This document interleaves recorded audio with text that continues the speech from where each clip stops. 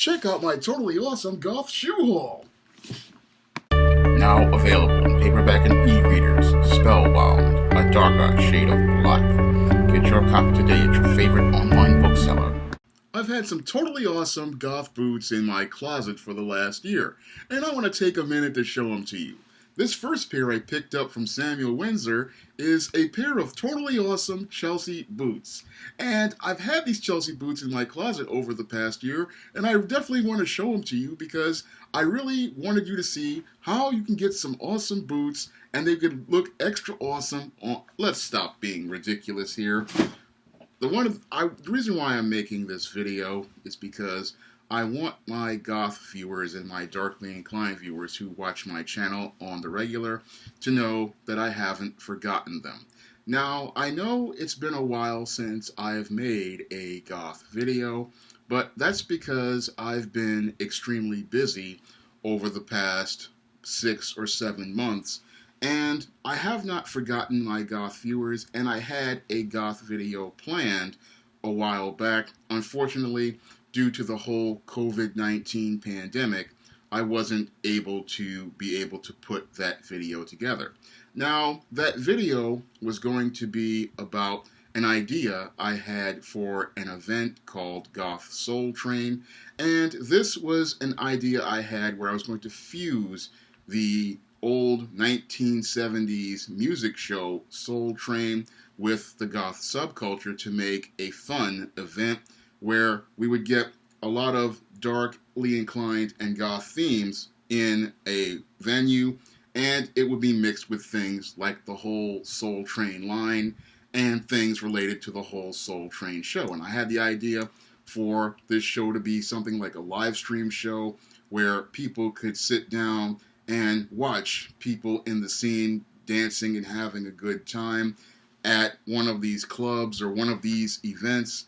And it would just be like the old Soul Train show of the 1970s that I used to watch as a kid back in the 80s, because Soul Train went on from about the 1970s all the way up to the 1990s. And I thought it would be a great fusion of those two concepts because Soul Train was one of those great shows that allowed people to discover R&B music and a lot of soul music, and I thought that a event like a Goth Soul Train would be something fun, and it would allow a lot of kids in the scene to discover a lot of the newer bands and give them an opportunity to have a place where they could be seen, and a lot of kids could go out and see those, put on their best outfits and go out and have a good time and do fun stuff like the Soul Train line. That was a video I was planning. Unfortunately, the COVID-19 pandemic happened and I had to put that video off because I wasn't in a place where I thought I could do that whole video, because I wanted to go out here, I wanted to go to the barbershop, get a haircut, and I wanted to look really nice when I did that video. Unfortunately, the pandemic happened, my barber shop shut down in my neighborhood, and I was not able to do that video. Now, the other reason why I haven't done goth videos is because I have been really busy over the last 6-7 months. And I know I did a goth live stream a while back, and I think the last one I did was Simpin' in the goth subculture, but I've been wanting to do another goth live stream, but I just want to make sure that I pick the right subject, because I just don't want to come on here and just make a goth live stream that really does not help people, because a lot of people have gotten a lot of help from the live streams I've done talking about being an introvert, overcoming shyness, overcoming anxiety, and a lot of people have really learned a lot from the goth videos I've done.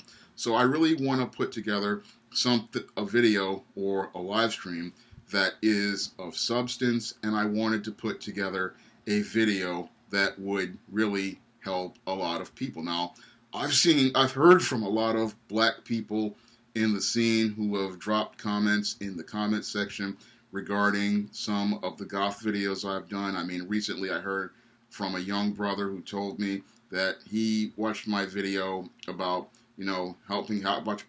talking to your parents about the goth scene, and that video helped him. Another young person came to me and told me that, one of my videos about being a baby bat really helped them. So I really want to come out here and put together a really, really strong video that helps people long term. I mean, when I do my men's issues books like The Man Crisis and it helps people, it means a lot to me. And when I do videos for kids in the scene and older people in the scene, I want it to be something of substance. It's like I said in several of my live streams, I don't want to just do, silly videos talking about shoes. I mean, there are lots of people out here who can go out here and do videos talking about hauls and stuff like that. But I want to do a lot heavier subject matter, and I want to tackle heavier subject matter. I mean, you can find these shoes at Samuel Windsor on SamuelWindsor.com for $79, but I don't want to just do, silly haul videos. I mean, they have their place. I mean, but they're not my cup of tea, and it's not the type of content I want to do. Now, the other reason why I have not done a goth video in a couple of months is because I have been working feverishly on my fourth goth novel. Now, I did 3 novels that had a goth heroine. These are the books of the Spinsterella trilogy: Spellbound, The Legendary Mad Matilda, and Spinsterella. And I'm doing a different type of goth novel, and this one is called Eternal Night. Now, Eternal Night is one that is set in the SJS Direct universe, and this book revolves around the Lilith Graves character and her first year as a vampire. In this story, we see how the culture of vampires is in the SJS Direct universe, and this book took me an entire year to put together. I mean, I did a lot of research on vampires and vampire lore, and I wanted this one to put a fresh perspective on vampires and vampire lore. So I have been working really hard on this novel. I'm in the middle of the second draft of that novel, and I really wanted this one to be a really, really good novel, like Spellbound, The Legendary Mad Matilda, and Spinsterella. And I really wanted this one to really show you the differences between the vampire scene and the goth scene, because a lot of people, they like to put them together, but they're 2 completely different subcultures.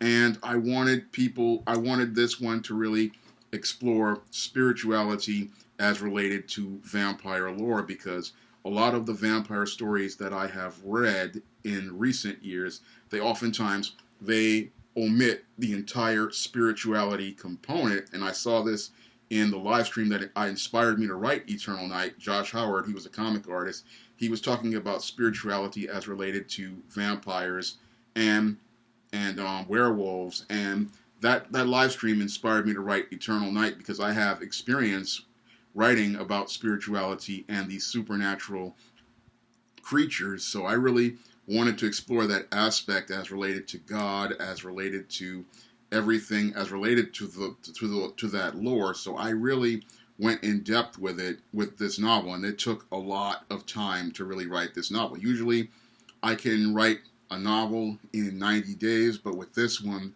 I had to really, really, dig deep to really get this story to the page. So this one was a lot of work, but I wanted to do my best work, because I wanted to give the kids in the scene a balanced picture of the goth subculture, and I wanted to explore spirituality and vampire lore. So this one, it was a lot of work went into this Eternal Night novel, and I'm trying to get it to the point where I can have it ready for Halloween, because I usually release my goth novels in Halloween. And with the Lilith Graves character, I wanted to create a different type of African American goth heroine. So with Lilith, she's not like Matilda. I mean, she's one of Matilda's friends, but she's a completely different character. She has a completely different perspective on things, and when you read her, she's going to be very interesting. So I have not forgotten all of my Goth viewers, and I want my Goth viewers to know I'm still thinking about them. I still care about you guys out here, and I want to give you guys really great content. But the whole thing is, I want the content to be something of substance. I don't want to be out here talking about things like a big and tall Goth haul. I mean, I'm a big guy, but I don't want to do those type of videos because I don't really think that they are something people would want to see, because we have all these other Goth YouTubers who are doing haul videos and stuff like that. And it's kind of fluffy content, but I want to go out here and really give you something that when you watch it, you learn from it, you grow from it, like many of my viewers who watch my men's issues videos, and something that really helps you out, because a lot of the people, again, who have watched my videos on baby bats, on parents, and watched those videos, they have come back to me in the comment section and told me that these videos have really helped them. And that means a lot to me, and that's one of the reasons why I want to make sure that the content is really solid, really substantive, and really strong. So I have not forgotten my Goth viewers. I have not forgotten my darkly inclined viewers, and I'm hoping to get some content out there sooner rather than later. And if you guys want to check out my books in the Spinsterella trilogy, you can pick up Spellbound, The Legendary Mad Matilda, and Spinsterella on Amazon right now. I'm hoping to have Eternal Night available this year. It depends on if I can get the editing done, but I'm hoping to get something out and have some live streams talking about vampires and vampire lore, and talking about different vampire stories I have read. I'm going to hope to get that out soon, and I'm hoping to do more Goth videos sooner rather than later.